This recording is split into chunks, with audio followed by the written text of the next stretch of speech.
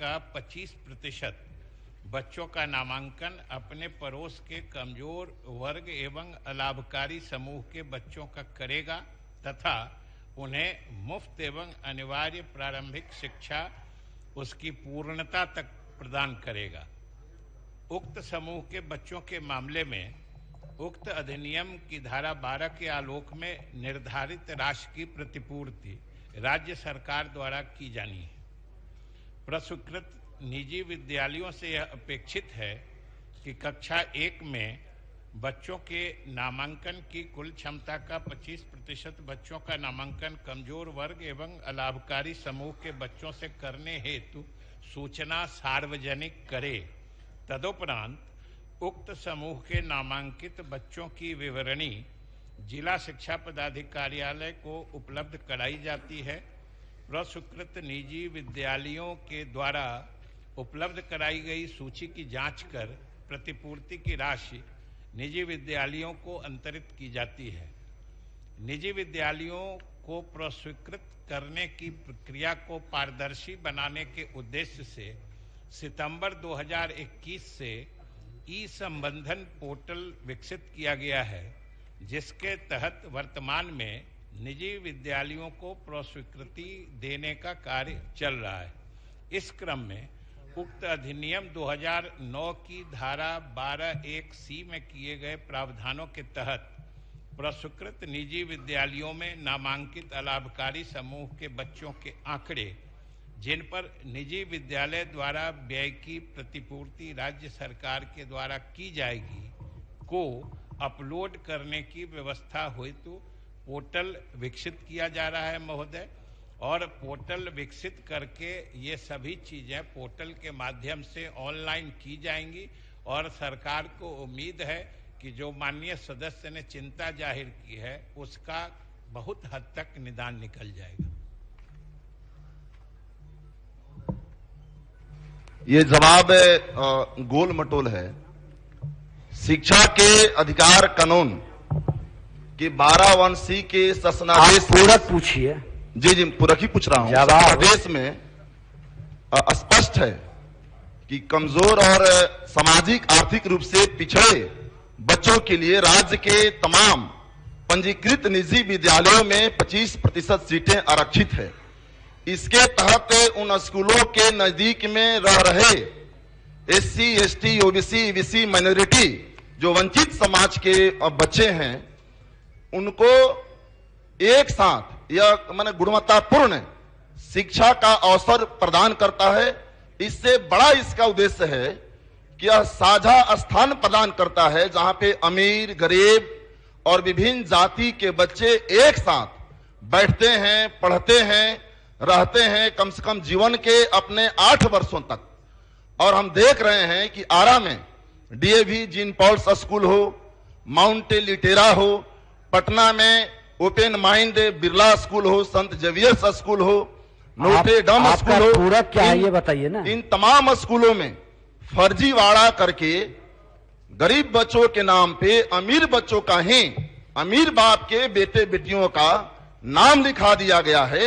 और इस तरीके से गरीब वंचित समूह के बच्चों की हकमारी हो रही है।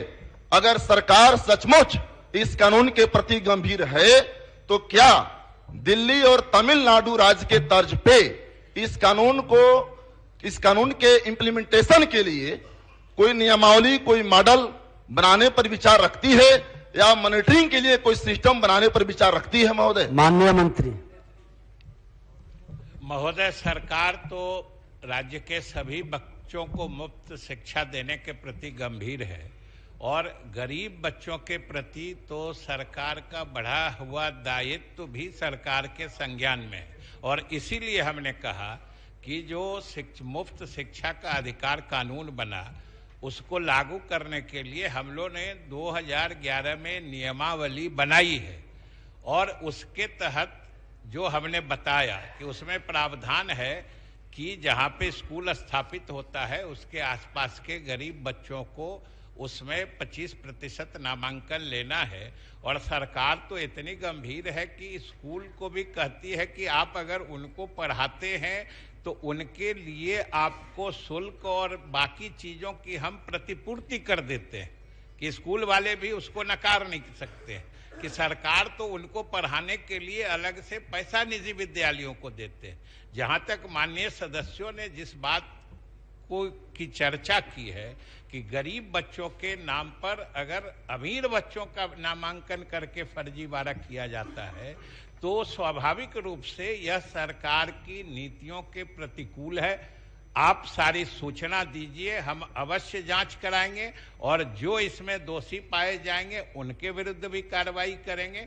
और आपने जो कहा है कि तमिलनाडु में अगर वहां पर कोई ऐसी नियमावली या ऐसी चीज स्थापित की गई है जिसके तहत वो पारदर्शी तरीके से गरीब बच्चों का नामांकन कराया जा सकता है तो सरकार जरूर उस नियमावली को मंगा के देखेगी।